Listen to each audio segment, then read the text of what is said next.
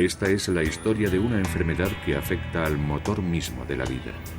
Una enfermedad que priva a nuestro cuerpo de energía y provoca ceguera, problemas renales y ataques cardíacos. La diabetes afecta a 16 millones de personas en Estados Unidos y a 130 millones en todo el mundo. Las cifras crecen a tal ritmo que si no se encuentra una cura pronto, en el año 2030 será la primera causa de muerte en el mundo. Yo pensaba tener una vida corta, pero pasarlo en grande, hacer el loco, lo que me diera la gana y dejar un bonito cadáver. Imagine que tiene que pensar en respirar cada vez, que quiere respirar y que si se le olvida, comienza a ahogarse. Así de duro es padecer diabetes. No tengo ningún problema con el hecho de que en mi cuerpo haya células de cerdo que producen insulina, porque la insulina de cerdo me ha mantenido sano y vivo muchos años, porque sin esa insulina, la gente como yo estaría muerta.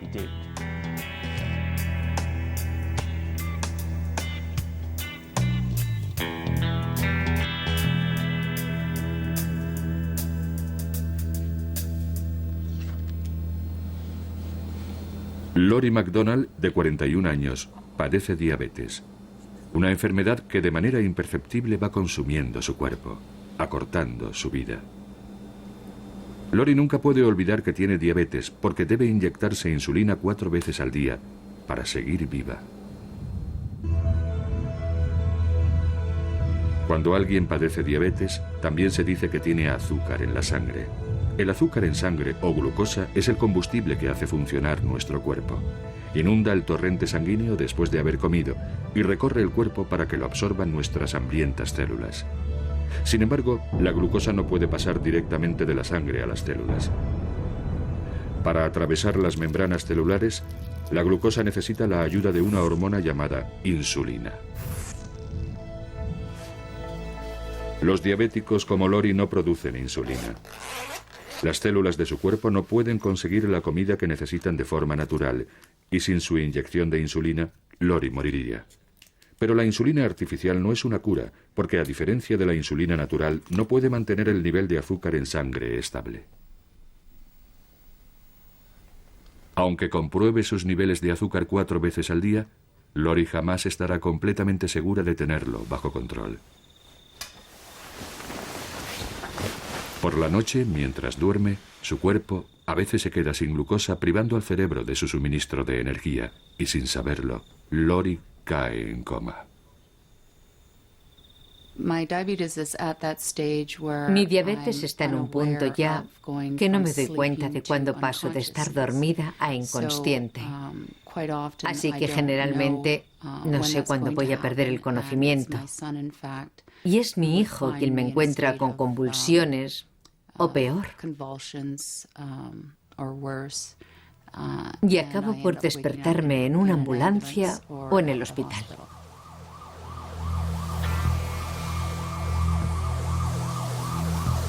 La diabetes puede afectar a cualquiera en cualquier momento de su vida. La mayoría de los diabéticos desarrollan esta patología en la edad adulta, pero entre el 5 y el 10% la padecen durante casi toda su vida. Caray, mira esta, mira.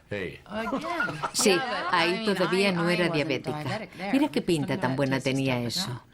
No solíamos comer dulces porque mi madre era diabética y tenía miedo de que, bueno, tú eres la única en la familia que padeces diabetes. Bueno, que padecías, pero por aquel entonces ya tenía miedo de que desarrollaras la enfermedad.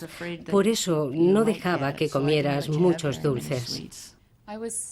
Tenía 6 años cuando me diagnosticaron la enfermedad. Estaba en un picnic con mi madre y ella reconoció los síntomas al momento. Le pregunté por qué bebía tanto y me dijo que tenía sed. Así que enseguida me preocupé, porque ese es uno de los síntomas de la diabetes, beber mucho. Me asusté bastante. Al día siguiente me llamó el médico y me dijo que padecía diabetes del tipo 1, la peor. Me di una buena panzada a llorar, pero después me serené y, bueno, no quería que Lori notara que había llorado. Ella jamás me ha visto llorar.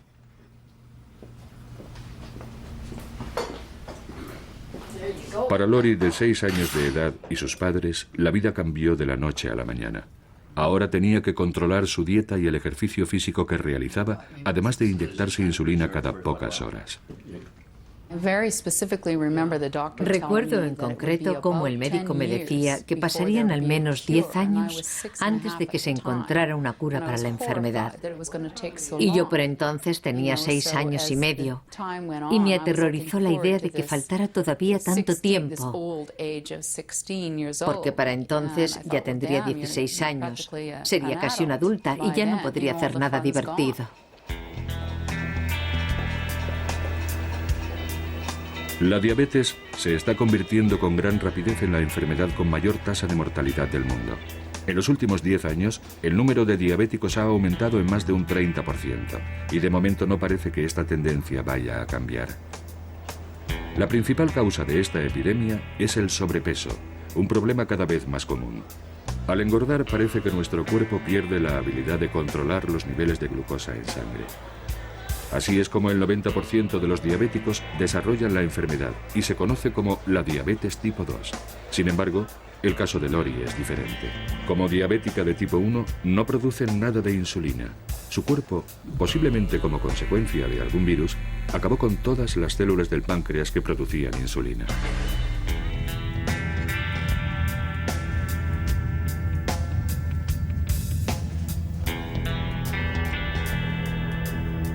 En la ciudad natal de Lori, Edmonton, Canadá, los médicos estudian nuevos tratamientos. El doctor Edmond Ryan dirige la clínica universitaria para el tratamiento de la diabetes. Todos los días atiende a pacientes que sufren complicaciones debidas a la enfermedad. Es una enfermedad muy grave porque provoca muchas otras patologías. Una persona con diabetes tiene mayor riesgo de padecer problemas cardíacos y accidentes cerebrovasculares. También de sufrir enfermedades renales, ceguera, daños en los nervios que pueden desembocar en amputaciones. Y todo esto sin olvidar otros problemas sexuales e intestinales. Las implicaciones y ramificaciones de la enfermedad son terribles. ¿Llevas un registro de tus niveles de azúcar? Sí. ¿Cada cuánto tiempo compruebas tus niveles? Para minimizar las posibles complicaciones, los diabéticos deben llevar un control estricto de sus niveles de glucosa en sangre y compaginar una dieta equilibrada y ejercicio regular con las inyecciones de insulina. Es un arte impreciso que requiere un compromiso total. Veo que por la noche lo tienes algo más alto. ¿Es por algo que comes? Hay que encontrar el equilibrio entre el ejercicio, que tiende a bajar el nivel de glucosa en sangre, la insulina que hay que inyectarse para bajar el nivel de azúcar y la comida que hay que ingerir que vuelve a subir los niveles de azúcar. Un enfermo de diabetes tiene que compaginar la dieta y el ejercicio con la insulina que se inyecta todos los días con cada comida. Esa es su lucha y es bastante dura. Hoy casi nadie recuerda lo que suponía padecer diabetes antes del descubrimiento de la insulina. Las salas de los hospitales estaban llenas de pacientes, muchos de ellos niños. Sus cuerpos se consumían en una larga agonía. Guardo un libro de texto de 1916 y en el apartado donde habla de la diabetes tipo 1, dice que el tratamiento es llevar al paciente al hospital y suministrarle solución fisiológica, es decir, suero. Con esto de 11 casos, 2 se recuperaban lo suficiente para redactar su testamento, después morían igualmente. Aquel era el futuro de los enfermos en los años anteriores al descubrimiento de la insulina. El gran avance en el tratamiento de la diabetes se produjo en Toronto, Canadá, en 1921, cuando Frederick Banting y Charles Best consiguieron lo que muchos otros habían intentado sin éxito. Extrajeron insulina del páncreas de un perro. 8 cc's of extract given at 12 midnight. Al volver a inyectar esa insulina en perros diabéticos, casi todos volvían a la vida de forma milagrosa. It's a resurrection. Charlie! El descubrimiento de la insulina fue uno de los grandes logros médicos de la historia. De la noche a la mañana, los diabéticos conseguían escapar de una muerte segura. It isn't toxic after all, it works. Sin embargo, esta hormona no era la cura milagrosa que todos creyeron en un principio. La diabetes seguía matando, aunque no tan rápidamente.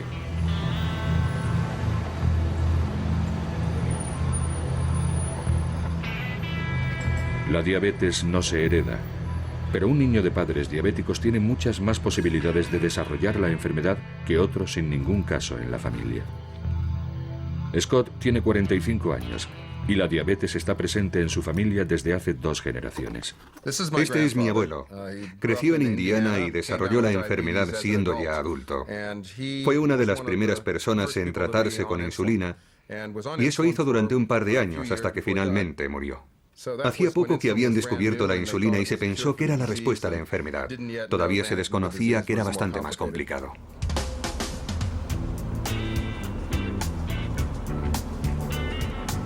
Me diagnosticaron diabetes cuando tenía 22 años. Iba camino de Luisiana para ver a un amigo.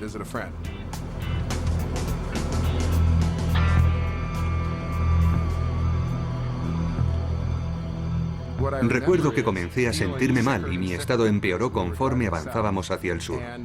Tuvimos que detenernos varias veces para comprar Coca-Cola o algún otro refresco con azúcar. También noté que algo me pasaba en los ojos, porque no veía bien. Aquella noche no pude dormir, me encontraba tan mal que fui al médico al día siguiente. Una vez en la consulta le conté lo que me había pasado en los 2 últimos meses y me dijo que tenía diabetes. Pero para estar seguros me midió el nivel de azúcar en sangre y el resultado se salía de las tablas. Era superior a 800, increíblemente alto. Me llevé una gran sorpresa y lo primero que se me pasó por la cabeza fue mi abuelo, que murió de esta enfermedad. Después pensé que jamás volvería a comer dulces y luego que aquello no me gustaba nada. La forma en que yo me enfrento a los problemas es aprendiendo todo lo que puedo sobre ellos, de modo que acabé convirtiéndome en un experto en la materia. Y ahí es cuando comencé a investigar sobre la diabetes. Creo que las personas que no padecen diabetes no nos entienden. Cuando piensan en un enfermo de diabetes, piensan en el fastidio de tener que inyectarse insulina a uno mismo. Pero eso no es lo peor. Cualquier diabético le dirá que uno se acostumbra enseguida. El problema es el control estricto y constante de los niveles de azúcar en sangre, no las inyecciones. Si con ponerse 2 inyecciones al día bastara y no hubiera que preocuparse más por el nivel de glucosa, sería una enfermedad menor. Pero es mucho más que eso, porque si te quedas corto con la insulina, el nivel de azúcar en sangre se dispara y si te pasas, se desploma. En la actualidad uno tiende a mantener los niveles lo más bajos posibles, así que por lo general estamos más cerca de caer en un coma hipoglucémico. Todos los días, diabéticos como Scott se mueven por la fina línea que separa niveles altos y niveles bajos de azúcar. El órgano que depende por completo de la glucosa es el cerebro. Cuando el nivel de glucosa de Scott cae demasiado, su cerebro deja de funcionar y cae en un coma diabético. Pero tener un nivel alto de glucosa en sangre es igualmente peligroso para la salud de Scott. Deteriora su cuerpo silenciosamente y de forma gradual, corroyendo y dañando los vasos sanguíneos que alimentan órganos como los ojos, los riñones y el corazón. Lori lleva casi toda la vida conviviendo con la diabetes. Cuando se quedó embarazada de su hijo Ben, la diabetes y el estrés al que sometió a su cuerpo le dañaron los riñones. Le dijeron que no viviría mucho. Desde el principio decidí tener una vida corta, pero pasarlo en grande, hacer el loco, lo que me diera la gana. Y después dejar un bonito cadáver. Ese era el plan.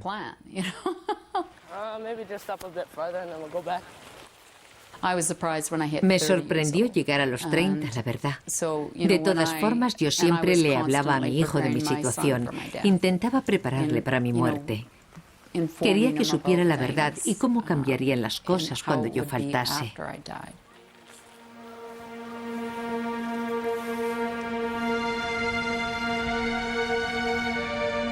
Además de las complicaciones derivadas de su diabetes, Lori luchaba a diario por controlar su nivel de azúcar en sangre.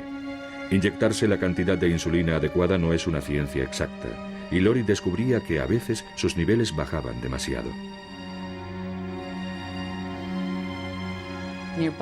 Al final el cuerpo se acostumbra a los altibajos de glucosa, así que no te das ni cuenta.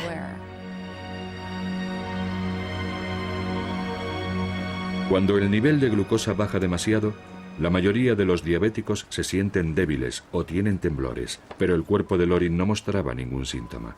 Comenzó a sufrir desvanecimientos debidos a la escasez de glucosa en sangre.